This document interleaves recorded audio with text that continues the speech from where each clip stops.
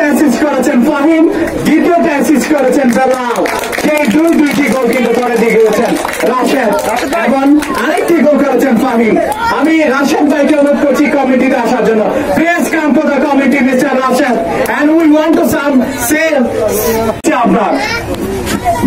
আলহামদুলিল্লাহ, man of the match অনেক সৌভাগ্যের ব্যাপার।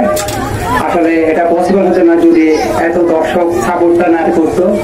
আসলে এই ম্যান অফ দ্য ম্যাচটা আমি তাদের জন্য পাইছি, আর এরাই ডিজার্ভ করে। ঠিক আছে, ধন্যবাদ সবাইকে, এভাবে আমাদের মাঠে আসি সাপোর্ট দিবেন।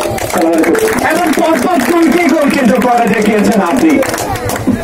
না, এগুলো হচ্ছে কপালের বিষয়। আমি চেষ্টা করছি, আমার টিমে চেষ্টা করছে, আলহামদুলিল্লাহ আমরা সফলতা পাইছি, আর কিছু না। এই যে চট্টগ্রাম বিভাগীয় ফুটবল দলের হয়ে খেলছেন, আমরা কিন্তু ফেসবুকে দেখেছি অলরেডি ভাইরাল ম্যান হিসেবে, অর্থাৎ চট্টগ্রামের হামজা চৌধুরী নামে। এই নিজেকে হামজা চৌধুরী নামে কোন আপনি নিজের কতটুকু ইন্সপিরেশন হচ্ছেন আপনার এই নামটা নিয়ে?